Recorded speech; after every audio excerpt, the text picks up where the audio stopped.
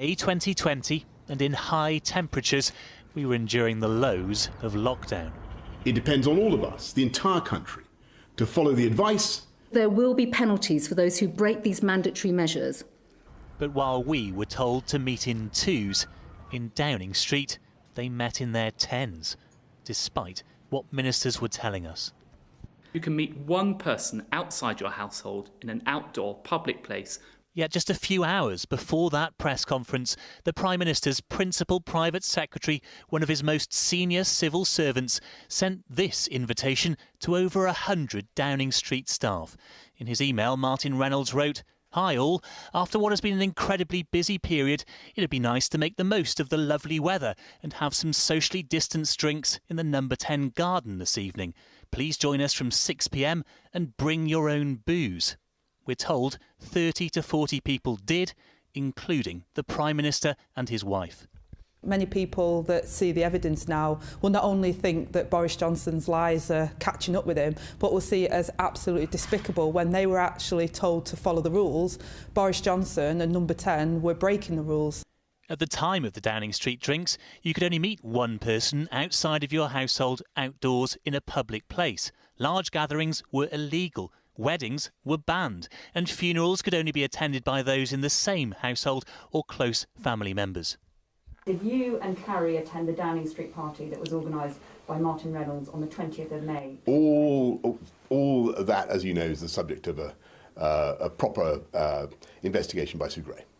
So have you already been interviewed by Sue Gray, and if not, do you object to her questioning you again about this? All that is subject for an interview, for an investigation by Sue Gray. He's referring to the senior civil servant who's also investigating multiple other gatherings, including this one 5 days earlier, which shows staff, including Martin Reynolds, as well as the Prime Minister and his wife, sitting in the number 10 garden with wine and cheese. So she loved dancing. She was a very people person. As Downing Street staff got together in May 2020, Valerie and her 98-year-old mother were kept apart. Marjorie died alone in hospital. After 10 minutes we had to go, and they rang us during the night, rang me during the night to say that she'd passed away. It was the worst passing that I could possibly have hoped for her. Just 10 minutes, that's not long enough to even drink a glass of wine, never mind about have cheese and wine party. Surely they must know how people were feeling, but to still go ahead with that, it couldn't be any worse for us. It's absolutely mind-blowing. Today, the Prime Minister was trying to focus minds on the booster programme. But yet again tonight, the question is whether Downing Street was immune to the rule. How we doing, guys? Myself, Chris Predit, OBE, hitting you with a quick one. Real talk, true season. Boris, big man. No. These are the kind of times when I don't even know how I'm meant to even deliver this to you guys. You know what's there? Because everyone knows that they had a party. Everyone knows that they was lying anyway in the first place. My whole point is, do we continue to listen to the lies? That's my cry. Do we continue to listen to the lies? Because 9 times out of 10, they've come up with the Delta, the Omicron. Now they got the Delta Crom. Like, these are all these kind of things. And Matt Hancock being grabbing up coochie and all these kind of stuff. And I'm sitting there thinking, right, it's been 2 years of us suffering. 2 years of people in death. 2 years of people not being able to see their loved ones. That last May, everybody was locked down by themselves. Mental health was going through the roof. And them man are having cheese and wine. Them man are having little two dinners. Nah, it's a total disrespect. And these are the kind of times when all of us right now, whether you took the vaccine, not took the vaccine, we need to start thinking about who's in power and who's running our country. Because right now, Boris is not the one. And he's got a chick to be smiling as well, like it's all funny. There's people's lives, people's livelihoods. People have lost their jobs. There's certain shops that I knew that I grew up with for nearly 20, 30 years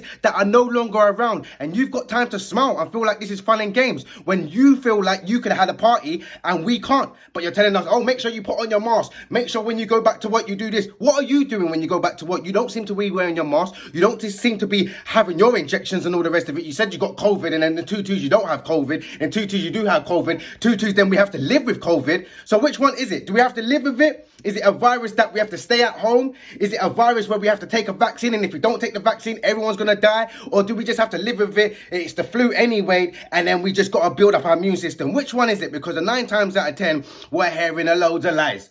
Loads of lies and no truths, and it's taken for us to do our own research, to do our own facts, to get our own truths, to figure out what the government's saying and what the government's doing. These are the kind of times now when I'm saying in 2022, guys, we've got to make sure that we're putting different people into power to make sure that we're getting the right results. And like I said, they're all scumbags anyway, so don't ever get it twisted. But right now, Boris needs to go. Someone that's going to label us or make us feel like they're thinking of the people, because it's all about the people right now. It's not about, oh, the government's rubbish. And so it's about bringing in someone that's going to actually think about the people and say, this is what's right, this is what we should do, and this is how we should handle it. What's you guys' thoughts? Comment below. And also as well, do you think Boris should be arrested, and if not, have a criminal record because it was illegal to have gatherings? Yeah, it was illegal to have gatherings. My man's all running around having cheese and wine with his missus. They're all popping out more youths. Yeah, bare babies and all that. No, you're taking liberties. Taking liberties when I was sitting there with my mental health. No. What's you guys' thoughts? Comment below.